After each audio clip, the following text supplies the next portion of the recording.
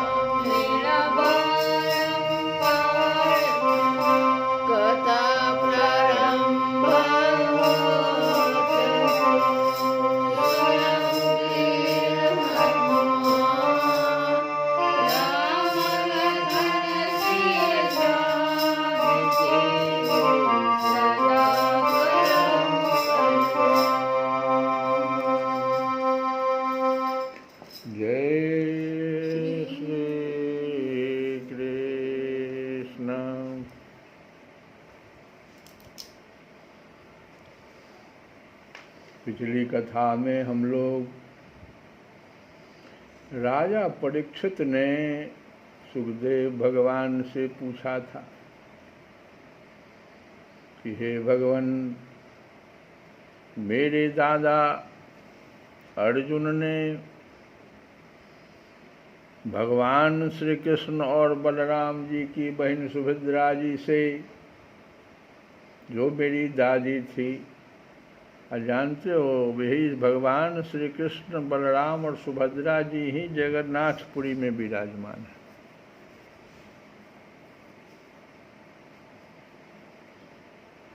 और ये जो जगन्नाथपुरी में जो विग्रह हम लोग देख रहे हैं, जिनकी पूजा बड़े विश्व स्तर पर की जाती है, यही तीन हैं। तो सुभद्रा जी से, जो कि मेरी दादी थी, राजा परीक्षित पूछ रहे हैं, अर्जुन का विवाह कैसे हुआ, मेरे दादा अर्जुन। तो इसका उत्तर बड़े विस्तार से सुखदेव जी ने दिया कि कैसे बलराम जी तो चाहते थे कि दुर्योधन से शादी हो, लेकिन अर्जुन वेश बदल के चला गया, भगवान की सहमति थी और विवाह अर्जुन जी से हो गया। अब सुखदेव जी कहते हैं कि परीक्षित, विदेह की राजधानी, अब दूसरी कथा सुनो, भगवान की दूसरी लीला कथा, भगवान की कथा सब है कि कैसे देखो भगवान जो चाहते हैं वही होता है। ये इस कथा का यही सारांश है। अब दूसरी कथा में देखो, दूसरी लीला है भगवान की, जो विदेह की राजधानी मिथिला में घट गई। कैसे, क्या हुआ? मिथिला में एक गृहस्थ ब्राह्मण थे, उनका नाम था श्रुतदेव। वे भगवान श्री कृष्ण के परम भक्त थे। वे एकमात्र भगवत भक्ति से ही पूर्ण मनोरथ, परम शांत, ज्ञानी और विरक्त थे। सिर्फ भगवत भक्ति के बल पर ही पूर्ण मनोरथ, परम शांत, ज्ञानी और विरक्त, सभी गुण देखो आगे। वे गृहस्थाश्रम में रहते हुए भी, सबसे बड़ी बात है कि देखो गृहस्थाश्रम में थे और उसमें रहते हुए भी किसी प्रकार का उद्योग नहीं करते थे। जो कुछ मिल जाता उसी से अपना निर्वाह कर लेते थे और प्रारब्धवश प्रतिदिन उन्हें जीवन निर्वाह भर के लिए सामग्री मिल जाया करती थी। अधिक नहीं, उतना ही जितना जीवन निर्वाह हो जाता है। वे उतने से ही संतुष्ट भी थे और अपने वर्णाश्रम के अनुसार धर्म पालन में तत्पर रहते थे। प्रिय परीक्षित, अब उस देश के राजा भी ब्राह्मण के समान ही भक्तिमान थे। मैथिल वंश के उन प्रतिष्ठित नरपति का नाम था बहुलास्व। मिथिला के राजा थे, उनका नाम था बहुलास्व। उनमें अहंकार का लेश भी न था। श्रुतदेव और बहुलास्व दोनों ही भगवान श्री कृष्ण के प्यारे भक्त थे। राजा भी भक्त और वो ब्राह्मण गृहस्थ जो थे वो भी भक्त भगवान श्री कृष्ण के। एक बार भगवान श्री कृष्ण ने उन दोनों पर प्रसन्न होकर दारुक से रथ मंगवाया और उस पर सवार होकर द्वारिका से विदेह देश की ओर प्रस्थान किया। भगवान के साथ नारद, वामदेव, अत्रि, वेदव्यास, परशुराम, असित, आरुणि, और वो कहते हैं सुखदेव जी कि मैं भी था उसमें।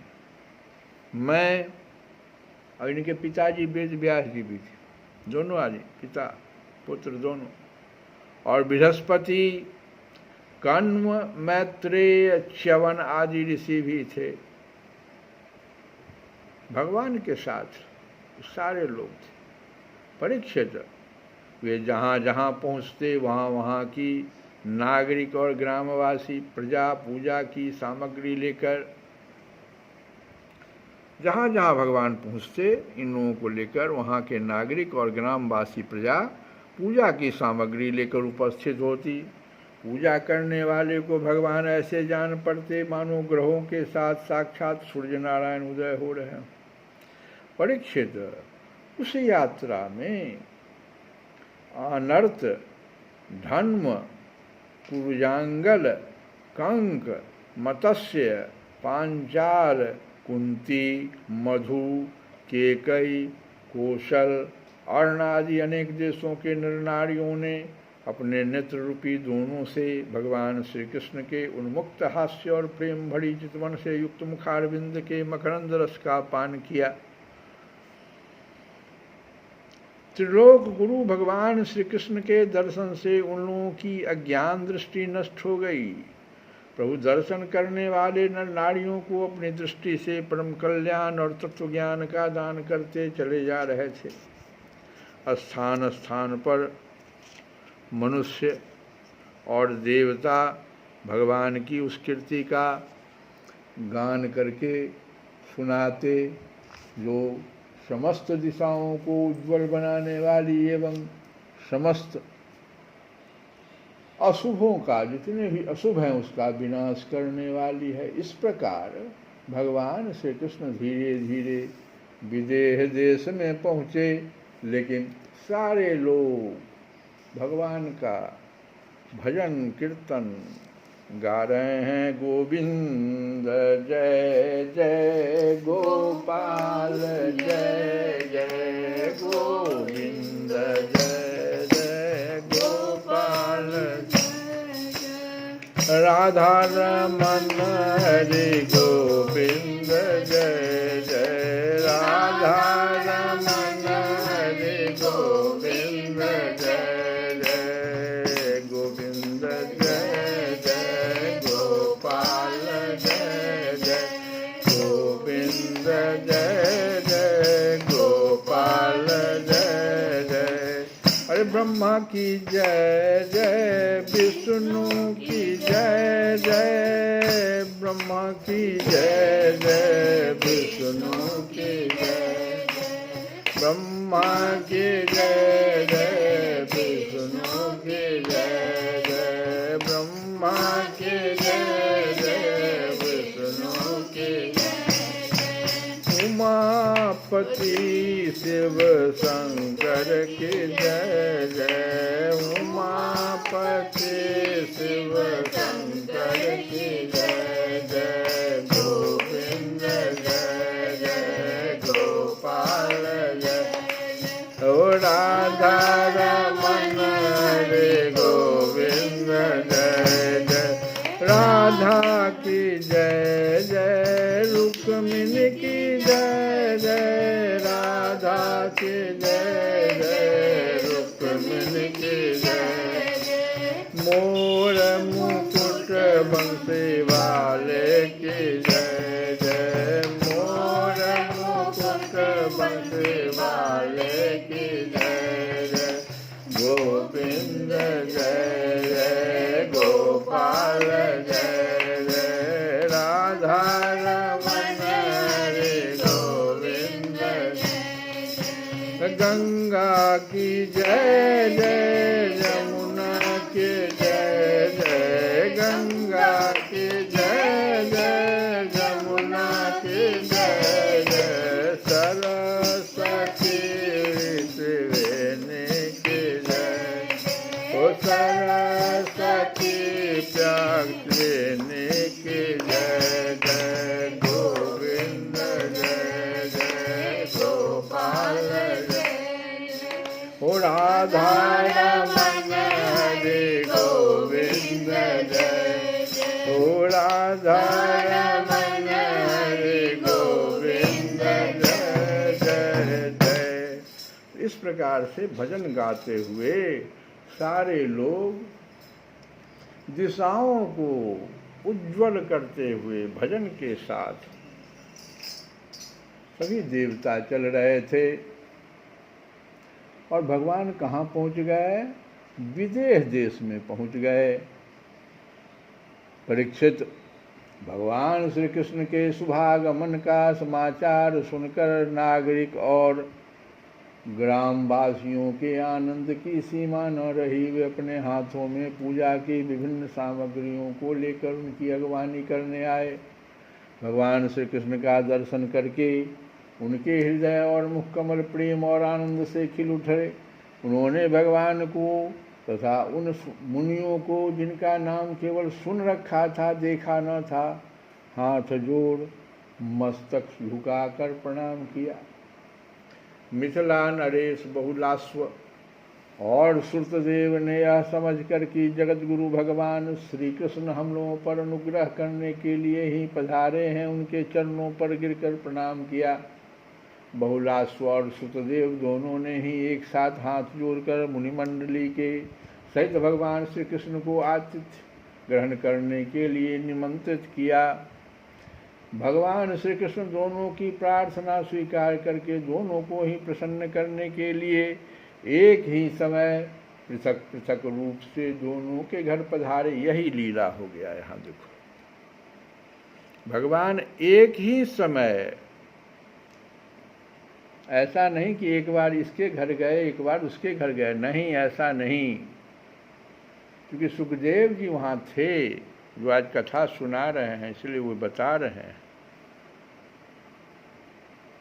यही तो लीला हुआ। दोनों की प्रार्थना भगवान ने स्वीकार कर लिया और एक ही समय पृथक पृथक रूप से दोनों के घर पधारे। और यह बात एक दूसरे को मालूम न हुई कि भगवान श्री कृष्ण मेरे घर के अतिरिक्त और कहीं भी जा रहे हैं।